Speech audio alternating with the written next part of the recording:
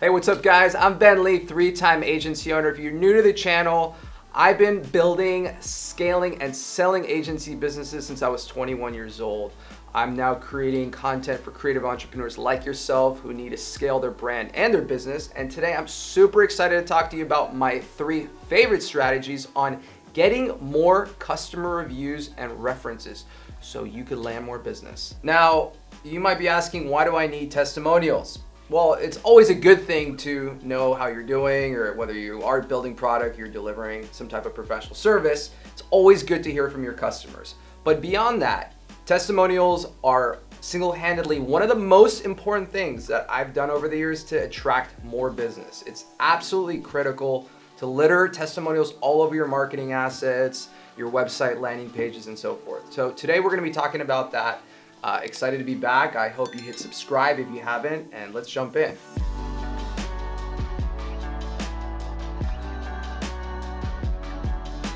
So the problem is getting client testimonials isn't that easy. Most clients just ignore the request altogether when you say, hey, can you write me a reference or a testimonial?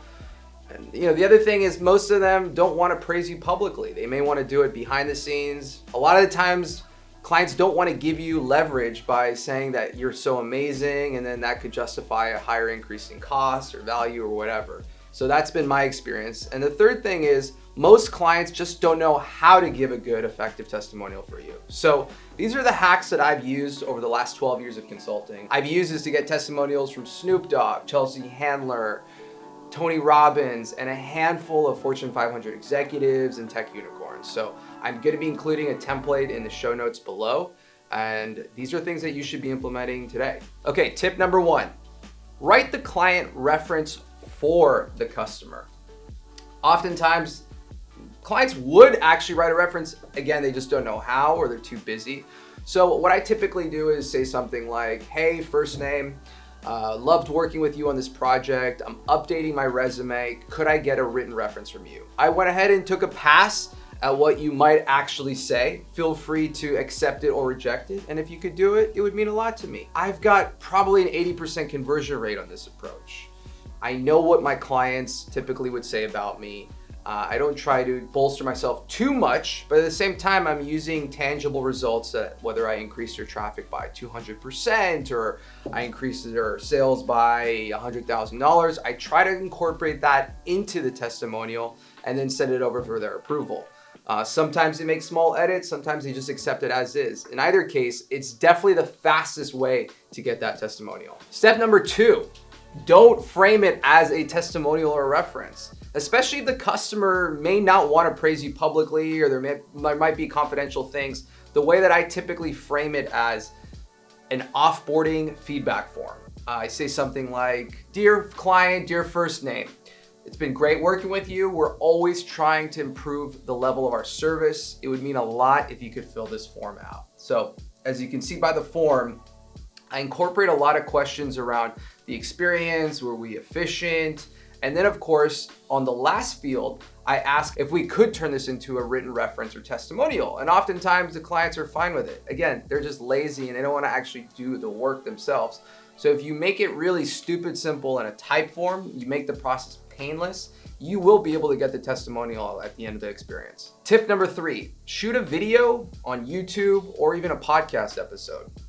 I've used this strategy for a lot of the tech unicorns that I've worked with where they may or may not have been allowed to talk about their experience with me due to NDAs, fundraising specific things. They're just not always able to write references, or the legal departments or the communications departments put their foot down and say like, hey, let's wait for a second.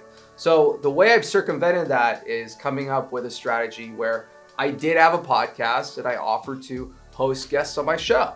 Now, most CEOs and most companies, especially if they're fundraising, they love free press. Who doesn't want to get their ego stroked? So if you offer to do a podcast episode with them, that's an opportunity where you two get to be either on video, on Zoom, or on SoundCloud, or whatever your recording mechanism is, and you could ask them very direct and specific questions about their experience working with you. Would you hire us again?